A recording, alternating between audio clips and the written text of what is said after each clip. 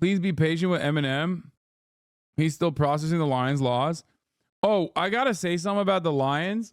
So I know a little bit about football because like Will tells me all about it. Okay. And like the Detroit Lions is like the underdog in the playoffs, right? And, you know, a lot of people are cheering them on. And I'm at the airport, at the Austin International Airport, okay, last night. I'm trying to cram a hamburger down my gullet as fast as possible before getting on my flight. And what's going on is the Lions game is actually on the TV.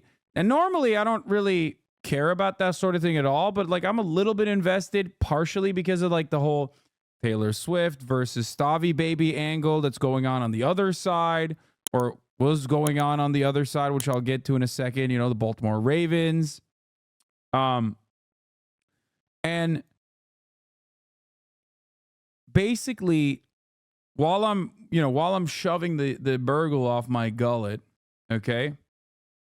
Yeah, Ronnie Dundalk Ronnie.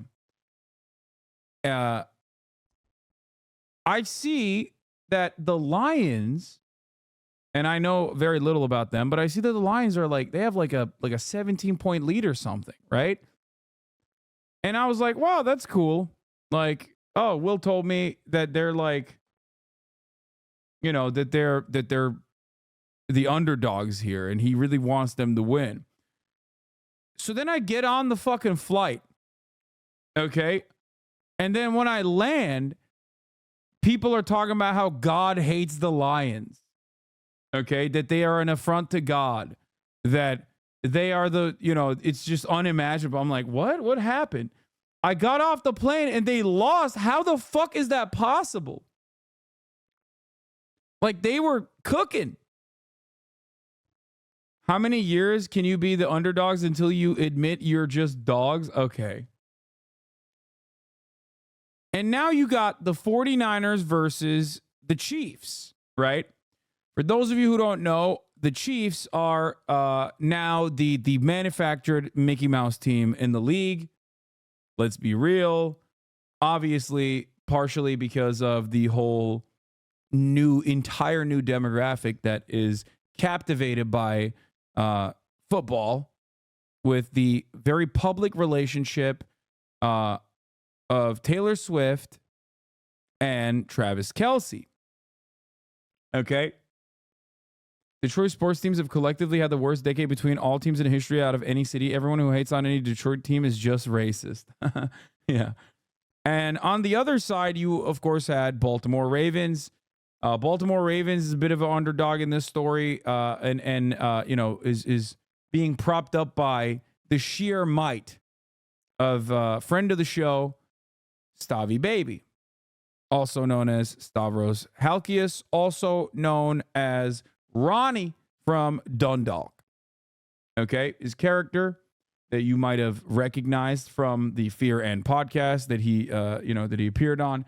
Ronnie the Raven is a Dundalk guy. I texted him already. Hold on. I did. I'll tell you about that in a second. I read that Taylor Swift has brought in over $300 million in revenue for the NFL this year. Crazy shit. So knowing what I know about the way sports works, I'm going to say it. It's fucking scripted. There was no way that Baltimore was winning that. Okay? The Ravens were not an underdog. Okay, just let me build this narrative. Let me build the narrative that the Ravens were the underdog. Okay? Stop. It's scripted. The NFL is scripted. Okay? It's scripted. I'm sorry. Ain't no fucking way is the Taylor Swift Travis Kelce relationship not making it to the fucking Super Bowl. Okay? And they're not going to lose either. This is America's story. Now, a lot of you are incredibly invested in the comings and goings of what happens online, so you probably don't go outside too much. And I, as a person who did go outside a lot, especially in the past couple of days, will tell you this much. The normies can only talk about one thing and one thing only: Travis Kelce and Taylor Swift's romance. I went on TikTok after last night's Ravens defeat. Immediately texted Stavi. I said to him these words. I'll read it out to you. I said, "Can't believe America's real team lost to a fucking psyop, so more people will watch a Geico commercial." Okay? I won't tell you what he responded with, but he seems very upset. Okay? Now,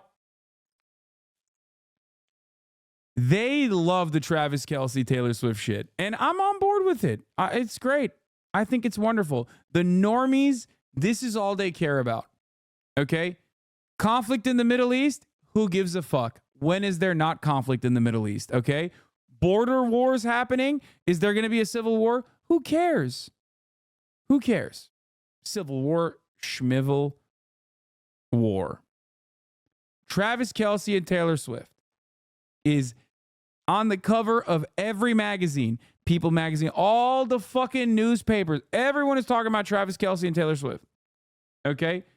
Talk to your normie friends. Ask them, what is the one thing on your mind lately?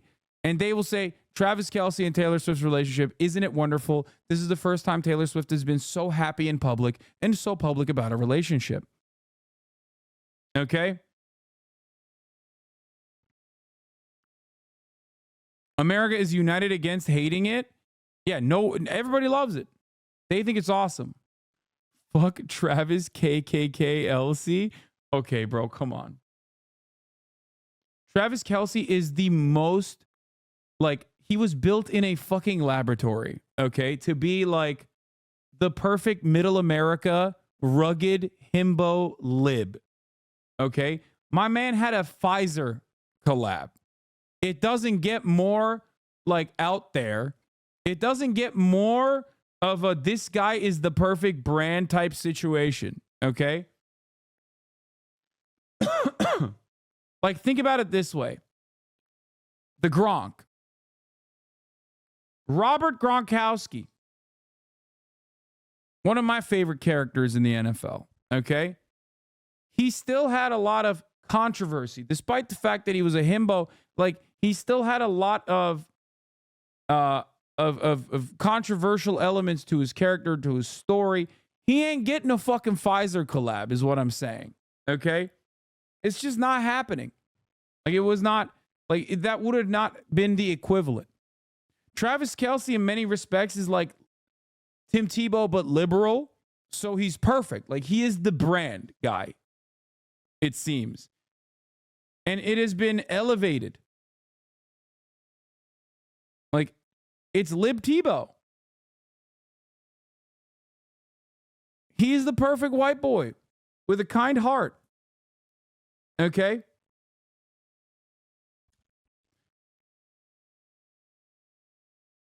So I get why. What the fuck is this? This is a account that blocked me.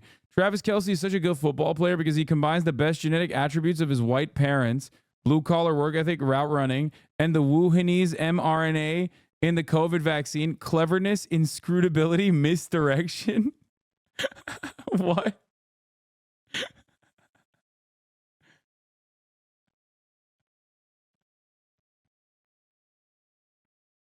Okay. Now, there's obviously the other side of this. Yes, this chatter is correct. It's all fun and games until Taylor Swift makes a breakup song about Kelce, at which point I think America's collapse will happen. I personally think that this is like the one. What's the opposite of it's always darkest before the dawn? Like, this is like the one last big huzzah that we are going to have before the inevitable collapse of empire. Everyone is captivated. Okay. Everyone is captivated. The calm before the storm, but like, it's not calm. I'm saying, like, there is this is like the wonderful opportunity, the eye of the storm, I guess. Yeah, sure. The eye of the storm, where like for a brief moment, we think maybe things are fine. Maybe we are going to be all right. Okay. Maybe we're going to be all right. I don't want to know what happens if they break up. And I honestly hope that that doesn't happen. Okay? Because, whew, I don't know what will accelerate the collapse of empire further. Okay?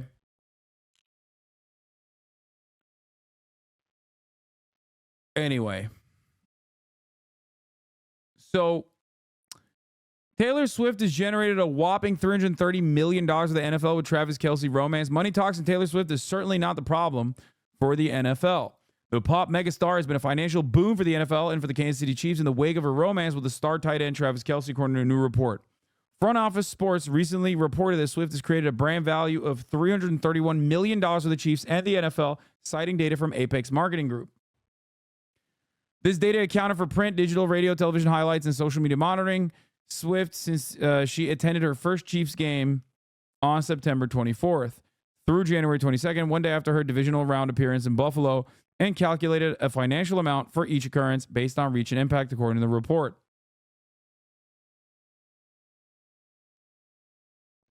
The burning of jerseys alone would collapse our ecosystem. I don't know what will happen.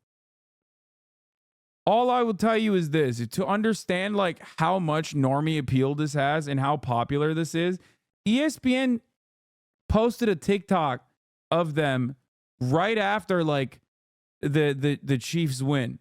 Okay? Where Travis Kelce turns back at the camera and is like, "Oh, the cameras are around, but I don't care." And then caresses her, grabs her by the small of her back, and lands a big fat smooch right on her mouth, okay? That TikTok in like 2 hours had 850,000 likes. The NFL posted it and got 900,000 likes, 6.5 million views in 23 hours. This little life. This little life.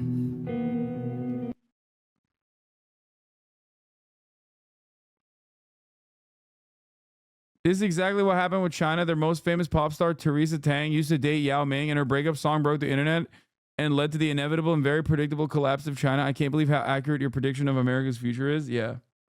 Yeah. Could she win the presidency? Oh, not even a question, dog. Are you out of your mind?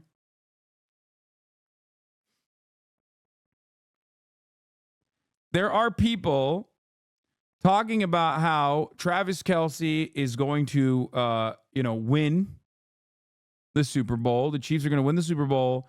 And then Taylor Swift and Travis Kelce are going to get married very publicly. And then they're going to have a child. And then the next America baby boom is going to happen.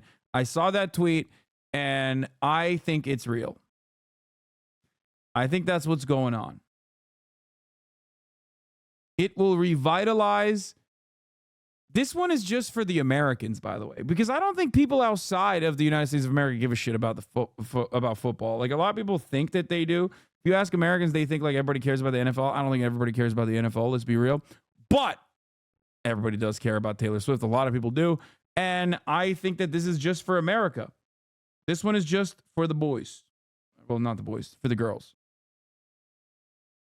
I think that this is going to be a thing that that genuinely changes the trajectory of the United States of America.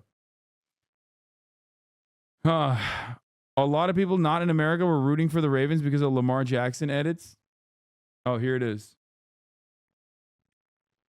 The Chiefs win the Super Bowl. Kelce passes the trophy to Taylor before promptly getting down on one knee and proposing. 2 months pass as she announced her pregnancy.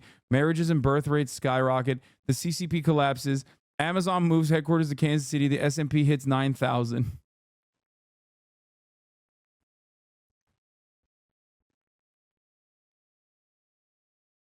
What happens if the 49ers win?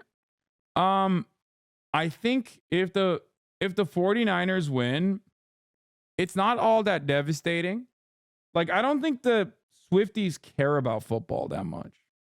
No, I don't think, like, no. You guys are wrong. I don't think, like, I just think that they'll stop caring about it because Taylor Swift is no longer going to be attending football games anyway. You know what I mean? Like, I feel as though they care more about not football necessarily, but the relationship and like Travis Kelce winning, but they don't have like an investment in the team, right? But yes, I digress. Going back to the main story at hand, yes, the NFL is scripted. Yes, it was written ahead of time that, of course, Travis Kelce's Chiefs was going to win. There's no other way to go about it. They were going to go to the Super Bowl, whether you like it or not. There is nothing you can say or do about it that could have changed this, okay? It was written.